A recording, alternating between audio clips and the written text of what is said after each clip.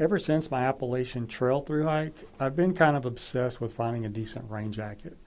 I started with a red ledge jacket. I'm certain that the pants here were under the seat of a used motorcycle that I purchased, but I can't remember if the jacket was there or if I bought it online. They both weren't really waterproof, so I looked up seam sealing and got some silicone and stuff and sealed both of these up as best I knew how. The red ledge jacket eventually died.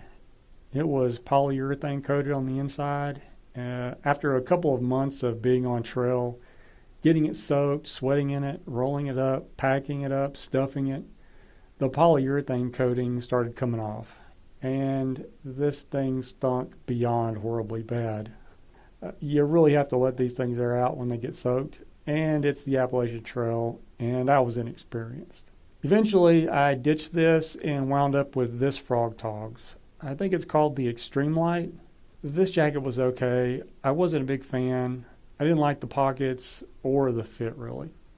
So, come my Colorado Trail through hike, I really went searching for one, and I found the Enlightened Equipment Visp. Now, this jacket was luxuriously expensive by my standards. I think at the time it was $200. But the reviews were pretty good on it, and I already had the Torrid Apex Puffy. I really love that thing, and I still have the same one. It fits really well. So I decided to give the Visp a try, and I thought I had found my forever rain jacket. This thing was wonderful. It was fairly breathable. It kept me mostly dry. It had to really come a downpour for the Visp to wet out, and I don't ever remember it soaking through. But then I discovered that it pretty much only lasted the Colorado Trail through hike. The fabric was fairly fragile, I guess is the best description. And on the shoulders, on the back, it had just worn through. And at this point, the jacket was no longer waterproof. It wasn't even water resistant. You might as well have been wearing a paper bag. I decided I had the opportunity to try out just some of the regular Frog Togs, and I didn't like them. So I kind of felt there were no affordable options that I would like. I don't like ponchos, and I can't see paying many hundreds of dollars for a jacket that might not work or even last. So make my own felt like my only option. I went to learnmakeyourowngear.com. That's learn.myog.com, and purchased a pattern for one of their wind shells. Now this pattern was super easy to follow. Absolutely no complaints about the delivery or its quality. I decided to make this jacket out of sil poly, but I simplified it a lot. I left all the pockets off, and I added some pit zips. Now, I'm not normally a fan of pit zips, but I think I got convinced by all the herd out there. Pit zips, you gotta have pit zips. And yes, the Visp had pit zips, but I never used them. So I added them to this jacket that I was making, and I hated them. They were uncomfortable and pretty useless for me. So the pit zips got ripped out. I also kind of widened the jacket a little bit right there because it felt a little too tight. Then I took it for a hike on the Colorado Trail. Found out that the jacket was just still a little too tight in the arms and in the torso when it was layered with the Torrid. I would say it wasn't totally comfortable and it really didn't allow any airflow. It kept me dry as a rain jacket can in blowing rain. I think with any rain jacket, when it's really pouring, you're going to wind up wet no matter how you go. So you can either be warm and wet or you can be cold and wet. I prefer warm and wet. At any rate, it was back to the drawing board. Now, I still had my Visp jacket, and I really loved the way that thing fit. So I modeled a pattern after the Visp. I figured, well, why not just improve on what you already like? And so that's what I did. Using a bunch of 8.5 by 11 sheets of paper that I taped together, I made a pattern. Now, the one thing that I wanted to focus on with this jacket was making it extremely simple. I think you'll find that's a running theme with me. So one of the easiest ways I thought to do that was, why not just make the whole body section one solid piece with a zipper? Why does there have to be seams on both sides? And so that's what I decided to experiment with. So the whole torso would be cut as one single piece. Then it was just up to cutting out the rest of the pieces for the jacket. I opted to make this one out of some Sil Poly that is polyurethane coated from Ripstop. Again, I am not a fan of polyurethane as a coating. Everything that I've ever had that was polyurethane coated has delaminated. It's not a matter of if, it's just a matter of when. But I didn't really like the feel of just the regular Sil Poly against my skin, especially when things were kind of damp. And Sil Poly by itself is pretty difficult to sew because it's just so slippery. And you can't tape it.